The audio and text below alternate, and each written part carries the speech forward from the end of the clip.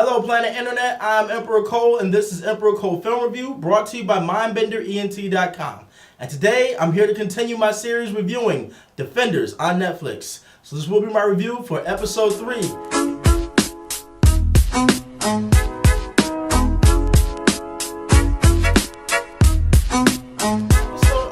In, I believe, like a flashback sequence where we have Alexandra, played by Sigourney Weaver. We have her character. She's at like a swanky, upscale New York restaurant. She's getting a dish or some food made, and she tells the waiter, tells your wife that this meal is even better than they made it back in, I believe, Constable. And he corrects her and says, oh no, you must mean Istanbul, because that was the ancient name of the place. So of course this is telling that she's been alive for a very long time.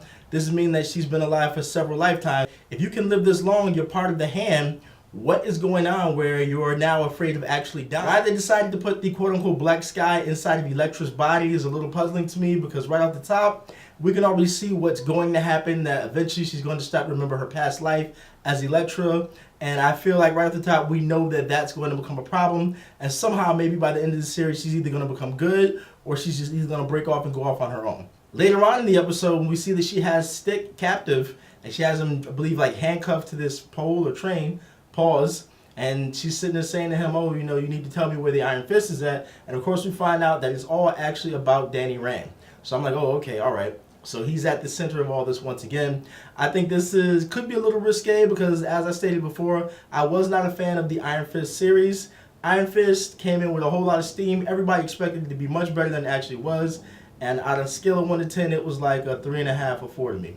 I did not enjoy the Iron Fist series at all. So now when you find out that Defenders, Danny Rand is at the center of all of it, and the hand is trying to get to the Iron Fist, they need it for something, it's like, oh boy, this could be really good, this could be really terrible. It gets very intense once Stick realizes that Elektra is behind him, and he knows that things definitely are not going to be good for him, and she says to him, oh, you know, you're going to die here tonight, and he's able to get a hold of the sword, and he chops his own hand off to get out of there, and I'm like, whoa. There is no beef that's that serious that I'm going to chop my own hand off to get out of there. I'm going to figure out something. I'm going to keep the hand, but apparently Stick didn't. So I had to pull one of those. I'd have been like, yeah, you know what? I was thinking about chopping my hand off to get these cuffs off, but now I'm actually going to just cut the cord. I'm going to cut the chain in between the cuffs, and that's how I'm going to get out. I'm going to figure out something, but I'm not chopping my hand off. The fact that they knew where he went through the vent or the pipes or whatever, he went through the ventilation system, and they didn't even chase after him, means that it wasn't that serious. So if it wasn't that serious for them to give chase, Stick, my man, I don't really think it was that serious where you needed to chop off your hand, but hey, to each his own. Yeah, they give that man a hand for doing whatever he had to do to get out of there. Okay, cheesy joke of the day.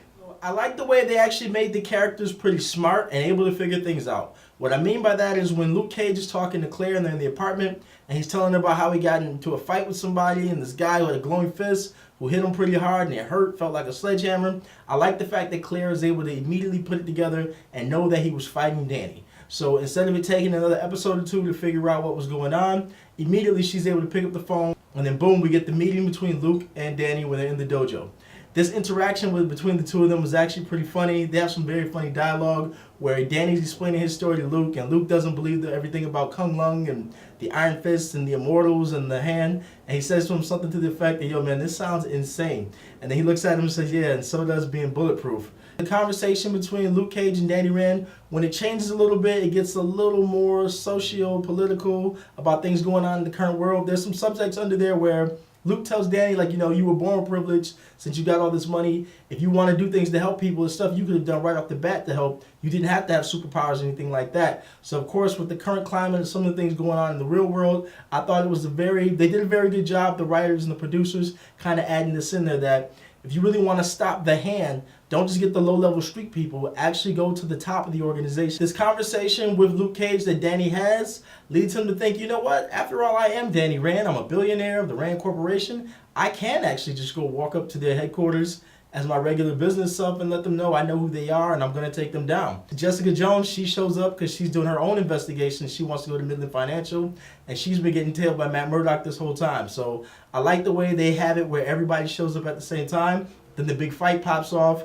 Once Matt Murdock hears the gunshots upstairs, it was hilarious the way he decides to put on her scarf to cover up his identity. But the way he's running up the stairs, and when he finally gets up to the top floor, and she just actually takes the elevator. I thought that was really hilarious the way they did that. Fight sequence at Midland Financial was what we all been waiting for. It was everybody fighting together, even though they weren't really fighting quote unquote as a team. They were all there taking on the hand together, and I loved it. It was action packed. The fight sequence between Elektra and Daredevil, where they end up in this room squaring off against each other, I thought that was dope, even though she definitely got the better of him and was at a point where she could have killed him, and then Danny showed up. Then they get in the elevator, and Matt Murdock is like, yo, who are you guys? Danny's like, who are these people? You know, everybody wants to know who each other is. And then just like that, boom, the episode's over. This series does a very good job at ending on really good cliffhangers that make you want to see the next episode. So I thought they did a tremendous job with that. This episode was much more action-packed, a lot more intense than the first two episodes, and it starts to pick up and to become the series that I really wanted it to be. Okay, so this has been my film review for Defenders, Episode 3. If you enjoyed this review, definitely subscribe to this YouTube channel, and definitely make sure you check us out on Facebook at facebook.com/Mindbender Entertainment. Follow us on Twitter at MindbenderENT, and of course, check out the website, mindbenderent.com. If you have not seen the Defenders review for episodes 2 and episode 1, they're definitely on this YouTube page, so definitely check them out. And of course, make sure you share this review everywhere where sharing is allowed. And remember, the future is now.